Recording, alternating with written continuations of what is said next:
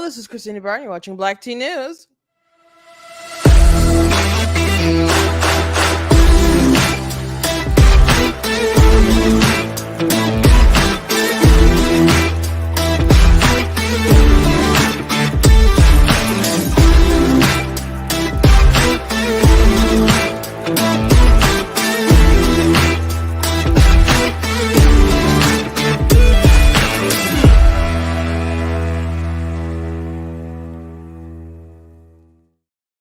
Hello. Welcome to Black Tea News. I'm your host, Christina Barr, and today we're going to be talking about how these continued protests have led to some students not being able to walk in graduation because they're suspended, and in some cases, they're just not having graduation commitment ceremonies, which, if I was in that position, I'd be mad, like fighting mad. I'm not saying I would throw hands, but I would be so mad. I'd be so mad.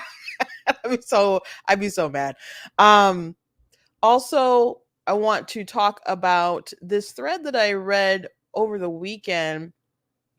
Not to you guys, but when I was out over the weekend, I saw this thread from this expert about Israel and some of the efforts that IDF has taken through their warfare with, Hamas.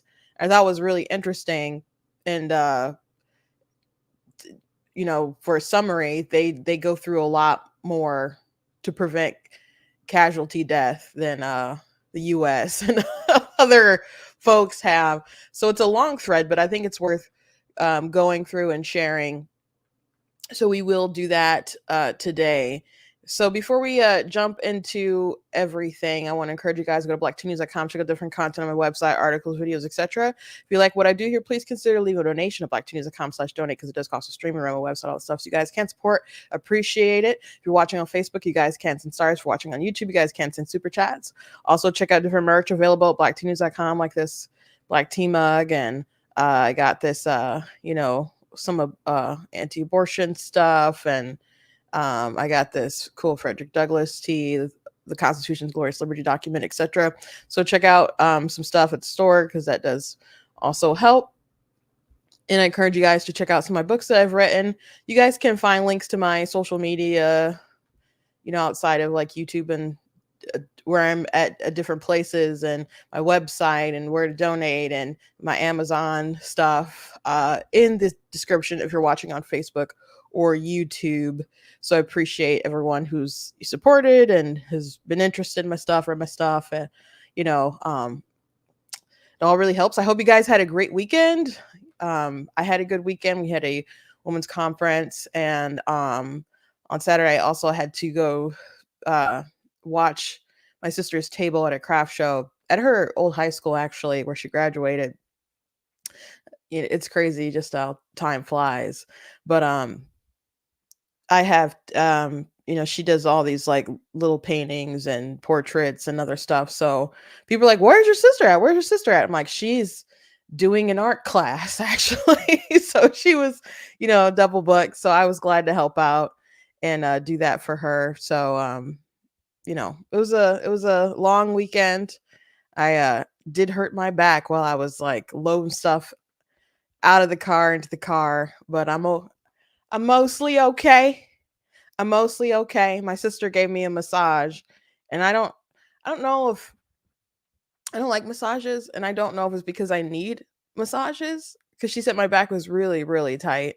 So I don't know if I need more to feel better, but I don't like how they feel. And I don't know anyone who feels the way that I feel about massages. So if someone has the answer, let me know. I've never really heard anyone else say, oh yeah, I hate massages too. They feel uncomfortable, So anyway, let's hop to it. So I'm going to start off actually playing some of the skit from SNL that they had the other night about the protesters and stuff that's going on at Columbia University. Now I'm going to play this whole snippet that SNL posted on Twitter. Hopefully I just play enough that it won't ding me, but we'll see. I'll probably get hit with a copyright thing, but whatever. I guess I'll appeal it if that happens. But it shows perfectly some of the sentiments that I would suspect many parents have. And I think it's interesting. I don't know how many people on the right watch SNL. I assume there's got to be a lot of people because it's still like a show that's been on for a long time. But they play to. There are a lot of leftists on that show. So the fact that they're putting out content like this, I think, is interesting. But this particular skit really captures a sentiment again that I think a lot of normal everyday parents, particularly parents of color, probably share. I think it's just great, it's wonderful. Nothing makes me prouder than young people using their voices to fight for what they believe in. Wow, that's very encouraging. Yeah. Alphonse, your daughter must feel so supported when she's out there. What's that now? when whose daughter is out there? At the protest. No, man. You bugging. Alexis Vanessa Roberts better have her butt in class. Mm-hmm. Let me find out she in one of them damn tents instead of the dorm room that I pay for. Wait, I thought you were in favor of the student protest. Brother, man, I am supportive of y'all's kids protesting. Not my kids. My kids know better. Shoot, Alexis Vanessa ain't crazy. Well, Alphonse, your daughter attends Columbia. What do you think about the students that took over Hamilton Hall? That's good for y'all's kids. But they ain't mine. That's all I'm saying. They ain't my kids. You feel me, Ryan? Yes, I feel you, Alphonse. So there's more to it, and he goes on to talk about how they asked him what he does, and he said, I do Uber, I do DoorDash, I do this, I do that. I've done all this stuff to get my daughter into college, and she just better know better and not be out there protesting, doing all this crazy stuff, getting arrested, etc. So many times you guys have heard me say, when I've watched like the BLM riots and people out in the streets, or these mass like flash mobs of people robbing stores, or these protests now, I'm always like, where are your parents? Like, why are you embarrassing them? I could just never do that to my family to make people think that I wasn't raised right, acting crazy, embarrassed, I guess it's just a bit of honor culture, a little bit. So I don't understand how people can go out there shameless and just act a fool. So I thought it was funny that they put together this skit where it's like, oh yeah, y'all crazy white kids can do whatever you want, but not my child. Like, not my child. Like, no. We're not taking those risks. We're not messing up her future. That's crazy stuff that y'all doing, not stuff that we doing. So I just I think the premise was funny. I don't know, I don't find the acting in the skit, I guess, all that particularly funny, and it's obvious that they're trying not to laugh in the midst of even delivering the lines, but I just thought it was funny because that's what I think all the time. Like, my parents would be like, what's going on? You doing what? Are you crazy? Have you lost your mind? And I have enough mind to not do that kind of stuff, but I always think about how people could just embarrass their parents, embarrass their family. And maybe there's a lot of leftist kids with leftist parents who are proud of all the stuff that they're doing out there, getting arrested and released and whatnot. So I don't know.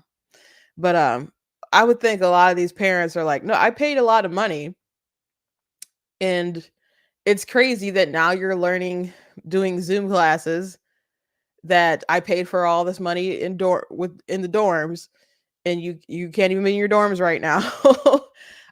They're messing up the school. that they're barricading themselves in there, that they're putting locks on the doors, fire hazards, and all that stuff, that they're putting garbage everywhere, making it look like a hot mess.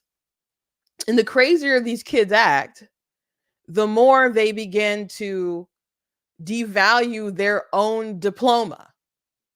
They devalue the school. So if the school loses its prestige, and if employers start looking at resumes and like, they went to Columbia and what year? And they start questioning, do I want this drama? Is this a crazy activist? This with these at this school with these crazy teachers and these crazy professors that put all these kinds of ideas in kids' heads and indoctrinated them, not only just indoctrinated them politically, socially, morally, but but they also are teaching these kids to not live life with consequences. And maybe you can go through that way through life with some of your parents.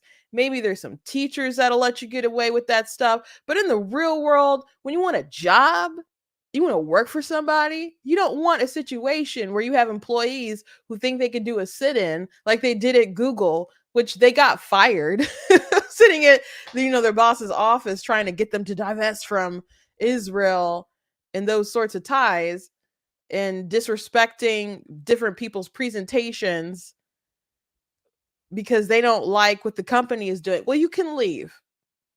And they didn't just leave, so they got fired. But you have a bunch of brats who don't understand how life works. My sister came to me this morning and she was talking about some of these different videos, which I'm going to show one that she had mentioned. I'm pretty sure it's the one that she had mentioned. But talking about all these kids who, aren't going to be graduating, or different protests where people go to like a school board meeting or something and they want to go free Palestine, etc., etc. And they're like, you need to go to some other place. If this isn't about the school, you need to go. We can't do anything. You need to go talk to some other government body. But we can't do anything about the war. We can't do anything here. So just go. And then after telling some protesters that, the next one got on the mic and tried to do the same stuff. They're like, cut their mic. Like, again, we can't do anything here. You need to go. So a lot of people just want to be seen and they want to be heard.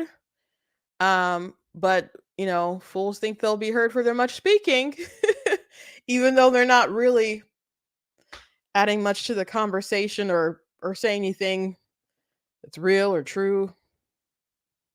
So anyway, that was a fine skit from SNL, and I'm sure there's a lot of parents that feel that way. But they did mention in the skit, he's like, "Oh, I can't wait to go see my baby graduate," and they're like, "Oh, well, they're gonna be canceling commencement in some of these places." Like, "Oh no," he's like, "I will be." He's like, I'm gonna be there.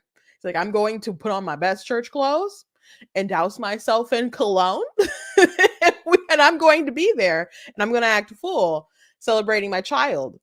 So there's some parents who aren't going to be able to do that. And I've got to say, and I already said, I would be really, really mad if I was in that position where I did everything right, turned in my homework, aced the test, was about to graduate, and then all of a sudden they're like, we can't actually have a commencement ceremony. I'd be livid. I'd be so mad. And people already had to go through this. Some of these kids had already go through this with COVID. And now they can't walk because of these crazy protests. So I'd be really upset in their shoes. But some of these kids who are upset are the reason why they can't walk. So some of them are the authors of their own demise. But I wouldn't be doing all this stuff. So I would just be an innocent bystander who would get the shaft. And I'd be so mad. I was one time I went to a graduation. Can't remember whose graduation it was, but it, I saw like kids in the crowd like blow up like some balloons or something. Not balloons, but I think beach balls. And one one of them, somebody blew up a doll and started like passing them around. I hated stuff like that. I hated stuff like that. And he's like, "Oh, they're just having fun. Like this is a big day. It's a ceremony. You know, have some class." At least that's how I would feel. Like it's not about you. It's about everyone here. You're gonna get your diploma, and everyone's gonna clap you for you, or whoever you brought is gonna clap for you.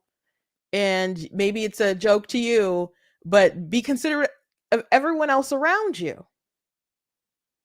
So I didn't like stuff like that.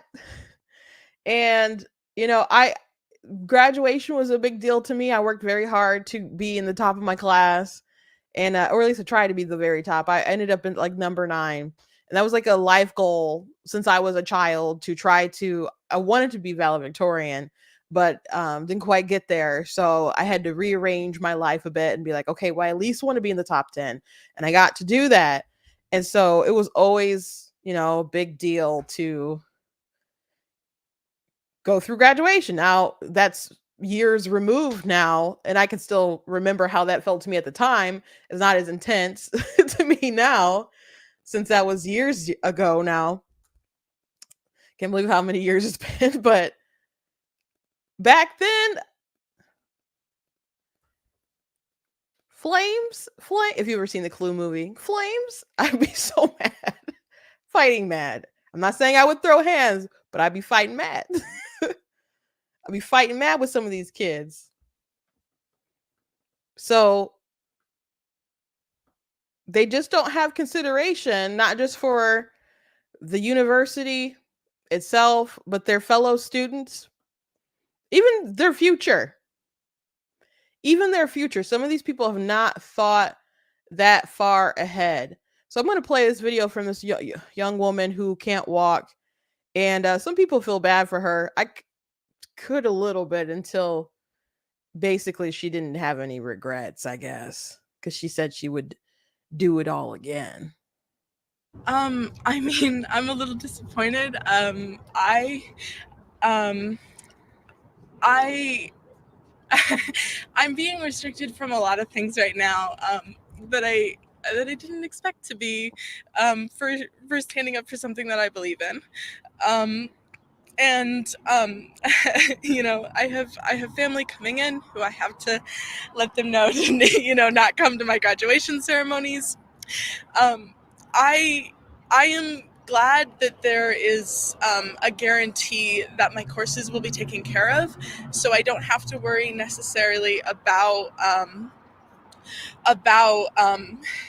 my graduation requirements, and the fact that I will earn my degree as I have spent the past 4 years doing.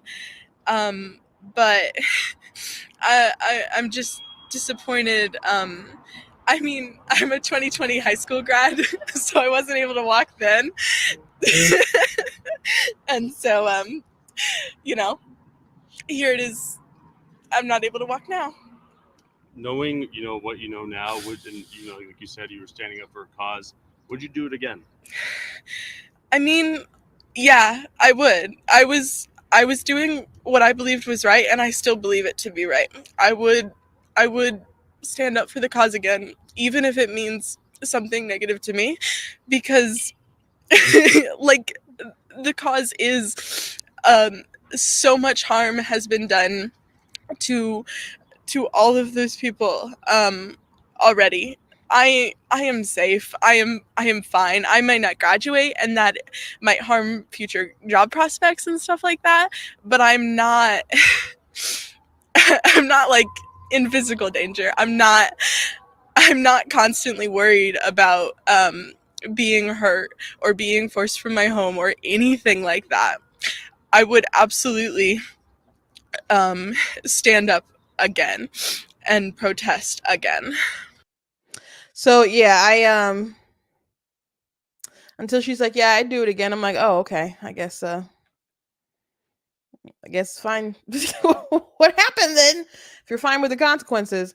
So 20, she's from Arizona State University. So so there are 20 students who were arrested during the protests and filed a lawsuit for an injunction to lift their suspension. Campus ban, communication ban with professors was denied. These students will not be able to finish any outstanding assignments or finals, reported ABC 15.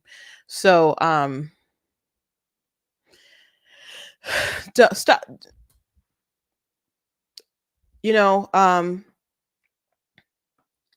protesting is fine, but you have to do it appropriately. And if you don't and you get arrested, like these people are getting arrested, I guess you got consequences, that you got to deal with. But not me. I would it would not be me. It would not be my child.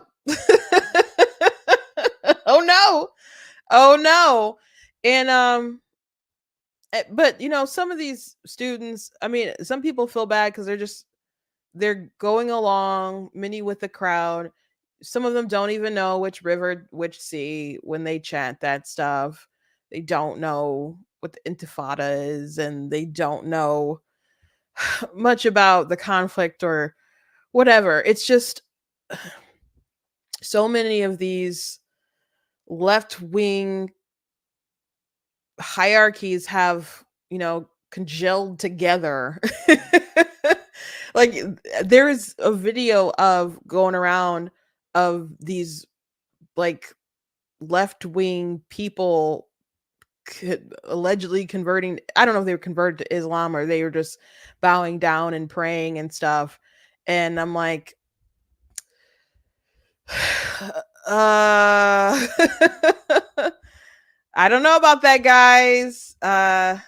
If you wanted to live your queer and super left wing life in Gaza, or West Bank, I just don't think stuff would go well for you at all. Even in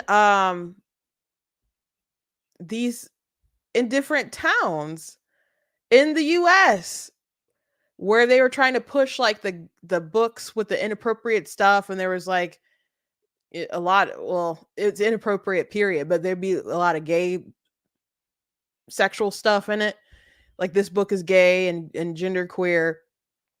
And when that stuff was pushed in the schools, the right-wing Christians, who did they ally with? It was the Muslims. It was the Muslims. In Hamtramck, we covered this story. Which basically Hamtramck is like run by like all Muslim city council, Muslim mayor, and they made a policy that it was just going to be neutral what kind of flags could be raised. So you could only be like the state flag, the US flag, the city flag, the POW flag, and one other flag. I can't remember the other flag, but so you couldn't wave a gay pride flag, and you couldn't do a BLM flag, and you couldn't wave a Christian flag. You couldn't wave the flag of the Black Pearl, on city property. You could still do that in your own home. And then there was all these left-wing, I only saw white liberals. Some people are like, why are you racial? It's an observation. They came out to protest, and there was even two people who like kissed in front of like the city council to I don't know, protest them or whatever. And I'm like, you guys are real lucky you're in America, man. Where you can feel entitled to just do that, but they're just like, it's a neutral policy. And then the attorney general, who's gay herself, was upset and came to Hamtramck to somebody's backyard party or whatever, gave a little speech about how you can't have neutral policies because if you're like if you've been oppressed, traditionally, when you have neutral policies, it's still not fair. So the left wing goal is never to have equality. It's never to treat everyone else like they're the same. It's to always have these hierarchies and to uproot our society via these power structures that they make and complain about. That's what it's about. A lot of these people, a lot of these kids, I don't know how much that young woman who I show, how much she knows about all this, but a lot of these people are just going with what they think is fair or what they think is popular, or what they think is, they may think with all their heart that it's a just cause, but do they know the details? Probably not. Probably not. And I don't know if you explain it to them, if they would allow themselves to really hear themselves and come to some kind of logical conclusion. Because some people, they just rather feel virtuous than do a virtuous thing. Michael Knowles, he recently did a video, and I wanted to react to it. So I'm thinking, I've mentioned it now, so I might as well keep talking about it. But he was talking to a one man who came to, he didn't sit in his lecture, but sometimes he'll talk to people from across the aisle who come to protest him or whatever. So this person didn't make it to his lecture, but he, was outside, and he didn't know much. He didn't know about Michael Knowles. He just, was there because his friends and other folks was like, hey, we got to protest this guy. So he was there. So he decided to sit down and talk to Michael. And they talked about gender ideology, etc. And this young man said that when he was younger, he was into drugs and a bunch of other stuff. And his family sent him to some kind of place, therapeutic place, where they taught that you just affirm people, that you just affirm them. And so that's just what he believes you're supposed to do. And so Michael was like, okay, I'm a black man. How would you feel about that? He's like, would you just go along with that? He's like, well, I don't have a DNA test. Which, to be fair, a lot of Italians did lied about being Italian to pass. So, but I would assume Michael's, probably just legitimately Italian. But the point is that he just would not be comfortable just being like, no, Michael, you're not a black guy. He wouldn't do that. And so I was hoping that through the conversation that he'd be eventually able to break through to this man. But I'm like, how his parents sent him to a place that was supposed to help him get clean. I guess maybe it did. I don't know. But they like indoctrinated him with this worldview that you have to lie. And I'm like, that's very strange. Very strange indeed. It's a very interesting interview. It's like 20 minutes long. It's the conversation. But I had hopes that Michael could maybe get through to him. But then at one point he said, I'm just taught like you stick with your friends, you're ride or die, you just stick with them. And he said like that. And Michael's like, okay, what if someone told you to jump off a bridge? Would you jump off a bridge or jump off a cliff? And he's like, it would depend. I'm like, okay, that's strange. But then he said he would, stand by his friends. He's like, even if they, and he brought up Michael. Now, Michael didn't bring it up as some kind of hypothetical. This man brought it up about the people, the protesters who've been lighting themselves on fire. And Michael's like, you would set yourself on fire with your friend? He's like, well, I wouldn't do it, but I'd be in the crowd and I'd watch him. I'd be there for him, cheering him on. And Michael's just like, you would let your friend unalive themselves? He's like, they were doing what they felt was right. And I'm like, what do you say to people like that? No, I would like to think that he doesn't really believe what he's saying. But it what a scary worldview. what a scary worldview that you just go along with people just because it's what they want to do. But that's what people say, but people don't seem to carry that same kind of energy over when someone is doing something that they don't agree with.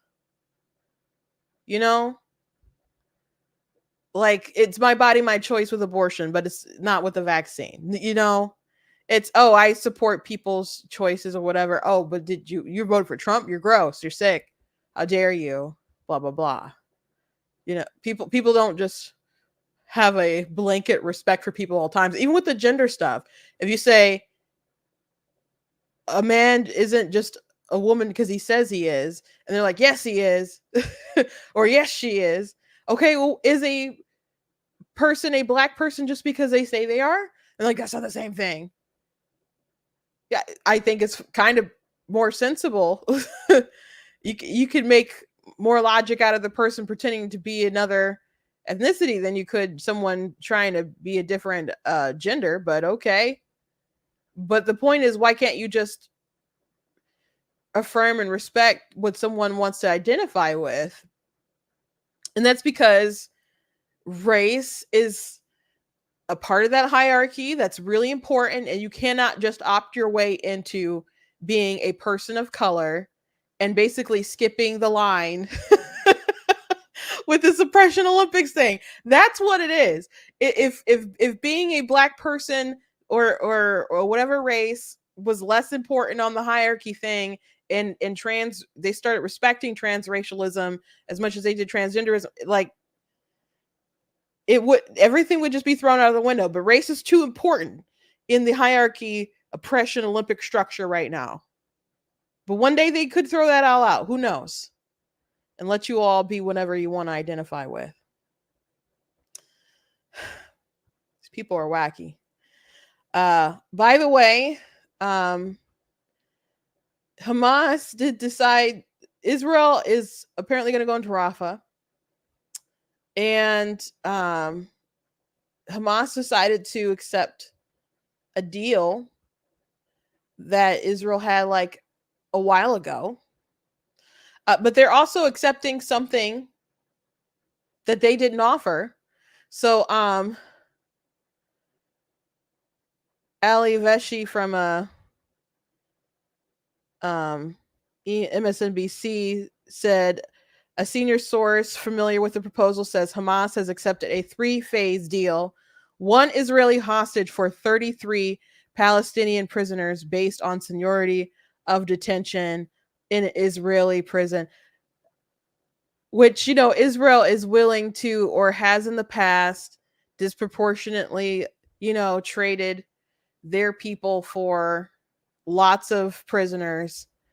I have no idea how many are still alive. There's some that are still alive, but they've let many people go. They just need to give them their people back and surrender.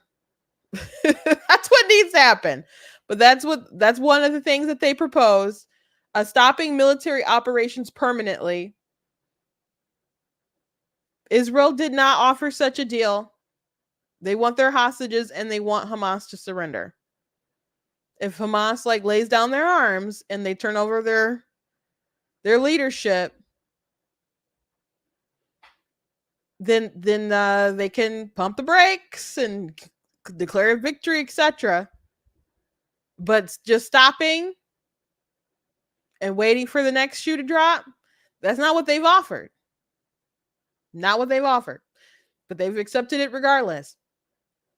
The proposal does not use the word ceasefire, but the permanent halt to Israeli military operations and hostilities in Gaza. That's wild. And each phase encompasses the return of Israeli hostages from the eldest, women, sick, and finally soldiers. So, not going to happen. Not going to happen. And I've seen a lot of headlines reporting that Hamas is willing to accept or has accepted a ceasefire. but they're accepting terms that are on the table. Really crappy terms. So I don't know if it's just to say that they tried. They've had stuff on the table that they've rejected time and time and time again. You know, Israel, in my opinion, just needs to try to get it over with as quick as possible. But I saw this really interesting thread over the weekend that I wanted to share. And this is from John Spencer, who's a chair of urban warfare studies. So he'd been saying for a while that he was going to make a thread explaining all the ways in which Israel has been really taking strides to not destroy civilians that have gone beyond modern warfare with other countries, including the US. So he laid it out. Israel has done more to prevent civilian casualties in war than any military in history, above and beyond what international law requires, and more than US did in its wars in Iraq and Afghanistan, setting a standard that would be both hard and potentially problematic to repeat. Here again, for all the not so expert experts, are many of the measures the IDF, measures and steps the IDF has taken. One, evacuated civilians out of cities to a high percentage, 70 to 90%, before beginning a full ground invasion in conventional attacks that seek to destroy the enemy defenders. The U.S. did not do this in the invasion of Iraq, Afghanistan, Panama, Vietnam, to counter offensive Korean War, Seoul, Philippines, Manila, nor the attacks during the counterinsurgencies campaigns against ISIS, such as in 2016 to 2017, Battle of Mosul, civilians initially told to stay. Provided safe routes and humanitarian zone for evacuating civilians, despite reports of the IDF conducting operations near the routes and zone. They emplaced IDF soldiers along the route to protect civilians, while Hamas prevented civilians from using routes, attacked civilians on the routes to include shooting, and emplaced rocket launchers next to the route and zone. They used more than just flyers to notify, locate, encourage civilians to temporarily evacuate main combat areas. Israel has dropped more than 7.2 million flyers, but also made over 79,000 direct phone calls, sent over 13.7 million text messages, and left over 15 million pre-recorded voicemails to notify civilians that they need to leave the main combat areas. The U.S. has never deployed these other direct electronic measures, especially at the scale, to reach civilians. So I guess good on them. I don't know if that's great on us, but really bad on us. Conducted daily multi-hour pauses of all combat operations during battles to allow civilians to evacuate, leaving IDF in a direct threat of attack to allow civilians to pass through friendly lines during the battles. The IDF have done this daily for months, starting as far back as November. The U.S. has not done this in major battles. Handed out their military maps. The IDF, first time in history of war, handed out their military maps to civilians and used their maps to communicate directly to civilians, not only for localized evacuation, but to notify civilians where the IDF would be operating on a day-to-day basis, where civilians should avoid. This information also went to Hamas and prevent much of the IDF's ability to surprise Hamas in battles. So I'm assuming that's why most people don't do things like that.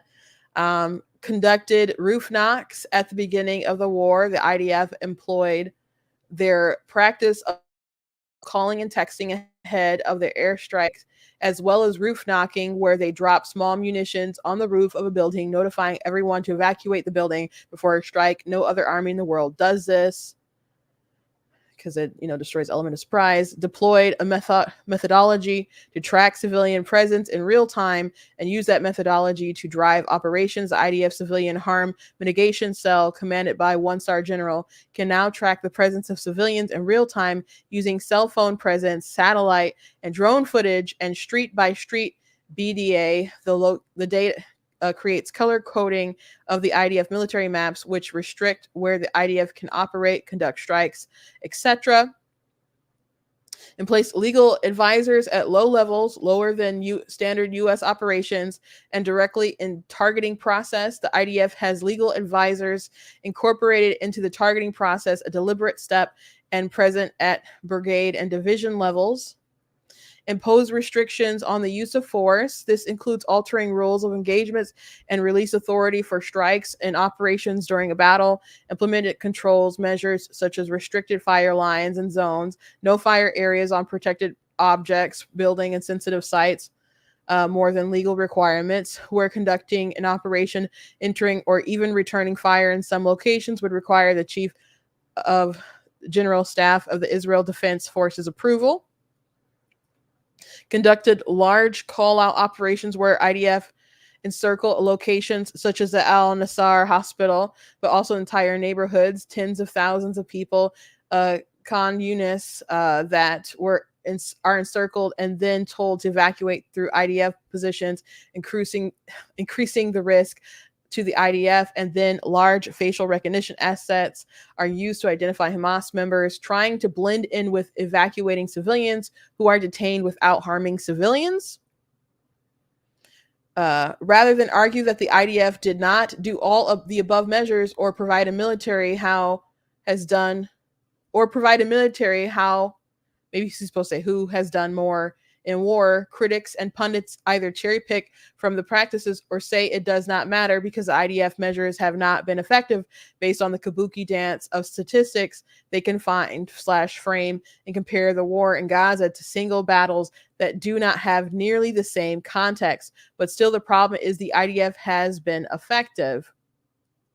The IDF did successfully evacuate over 850,000 civilians out of 1 million, 85 to 90% in the northern Gaza before the heaviest fighting began. This is actually consistent with many urban battles of both World War II and modern encirclements in urban warfare history that shows that no matter the effort, about 10% of the population stays. The IDF 1 to 1.5, if not 1-to-1 combatant to civilian ratio, something uniquely focused on by the world and people who do not know the history of war or urban warfare, is better than any battles or past modern in urban warfare with even remotely similar context. The Hamas-run Gaza Health Ministry estimate of over 34,000 civilian deaths does not acknowledge a single Hamas fighter, nor any deaths due to the misfiring of thousands, 20% of Hamas or other terrorist rockets that have landed inside Gaza or Hamas-friendly fire, Hamas killing civilians, or deaths by natural causes. Not even doing natural causes, huh? It is literally supposed to be every death in Gaza since October 7th. The IDF estimates it has killed about 13,000 Hamas operatives. Common sense would subtract the IDF estimate of Hamas fighters, 13,000 from Hamas, Gaza Health Ministry total deaths in Gaza, 34,000, to get 21,000 civilian deaths according to Hamas. That is a 1 to 1.5 or 1.6 ratio. But even the Gaza Health Ministry recently announced they could not verify over 11,000 of their reported 34,000 deaths. So combined with historical Hamas exaggerations, the combatant to civilian death ratio is more likely 1-to-1, which would be historically low for a high intensity urban warfare. In the 2016-2017 battle for Mosul, the biggest urban battle since World War II, the U.S.-led Iraqi security force killed 10,000 civilians to destroy 4,000 ISIS in the city. That is a 1 to 2.5 combatant to civilian death ratio. In the 1945 Battle of Manila, which did not have some variables similar to Gaza, like high number of defenders, tunnels, and hostages, the American military killed 100,000 civilians to destroy 17,000 Japanese defenders. That is a 1 to 6 combatant to civilian ratio. The 1950 Second Battle of Seoul, another battle with similar variables to the battles in Gaza, American forces likely killed tens of thousands. There's no record out how many died in the city battle out of the 2 million civilians that died in the war to kill 7,000 North Korean enemies. But the IDF also did reduce an already low combatant to civilian casualty ratio in the war. The New York Times reported in January that the daily civilian death toll had more than halved the December and was down almost 2/3 from its peak by January. By time I visited Khan Yunis in February, the civilian deaths caused by IDF actions in war was very low. The real truth is that no one knows how many civilians have died in Gaza, especially not Hamas. There has never been a war/battle, especially an urban battle, where anyone could track the civilian deaths on a day-to-day basis, and especially not down to the single digit. It is impossible. A year after the 2016 to 2017 Battle of Mosul, the Iraqi government did not know how many civilians had died in the battle, with an estimate from 11,000 to 40,000. Israel has not created a gold standard in civilian harm mitigation in war. That implies there is a standard in civilian casualties in war that is acceptable or not acceptable. That zero civilian deaths in war is remotely possible and should. That implies there is a standard in civilian casualties in war that is acceptable or not acceptable. That zero civilian deaths in war is remotely possible and should be the goal. That there is a set combatant to civilian ratio in war, no matter the context or tactics of the enemy. But all available evidence shows that Israel has followed the laws of war, legal obligations, best practices, and civilian harm mitigation, and still found a way to reduce civilian casualties to historically low levels. So that's the end of the thread. And again, pretty long, but I thought well worth it. Yeah, because there's a lot of people who don't I guess have all this in perspective, but I think it was Colin Hughes who's on Joe Rogan's show, and I know who I'm talking about. I think that's his name, but about the warfare and the casualties and the fact that Hamas is doing something that is so dirty by using the civilians to hide around. They'll hide with them, they'll hide underground, hospitals, etc. And the question is, do you allow them to get away with using such tactics? Because you are proving that you can do the heinous acts that you can do on October 7th and get away with it if you hide amongst innocent people, amongst the civilians. And it's absolutely awful what Hamas is doing. And it's also awful that largely the people of Gaza seems to support them. There's plenty of people who don't, though. Plenty of people who don't and are brave enough to have candid moments on camera. I hope they survive. But if you let them get away with this, they know that it works and they can keep doing it until someone stops them. So Israel has taken a lot of steps to try to mitigate the casualty death, which God bless them. But it's interesting that they took all these measures and they're still the enemy of the world. People still are mad. People are still angry. You see these protests, which are not organic, and they're arranged, and money has flowed into it. And on Ben's show today, he broke down how people who's funding them are funding Joe. Maybe that's why Joe hasn't said much about it, because there's a lot of these similar goals that are overlapping. But they keep pushing out those talking points, but it's not just kids on college campuses. It's journalists here and in the UK. I've seen all kinds of crazy videos, and they keep repeating apartheid. They keep repeating genocide over and over and over again.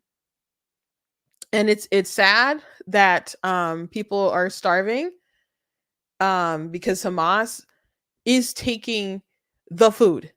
They are taking the aid, and then they're selling the aid back to the people at a high rate when it's supposed to be just given to these folks.